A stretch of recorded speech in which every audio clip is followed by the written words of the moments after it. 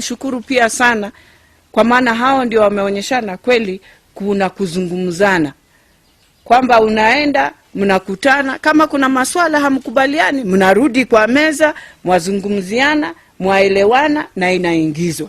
Maana Wakenya wengi kule Bomas walilia maswala mengi, lakini tunafurahia kwamba tunaona kuna hiyo kuzungumzana. Kwa hivyo kama kuna kuzungumzana, hatufai tena tuseme tunaweza enda BBI ya contest.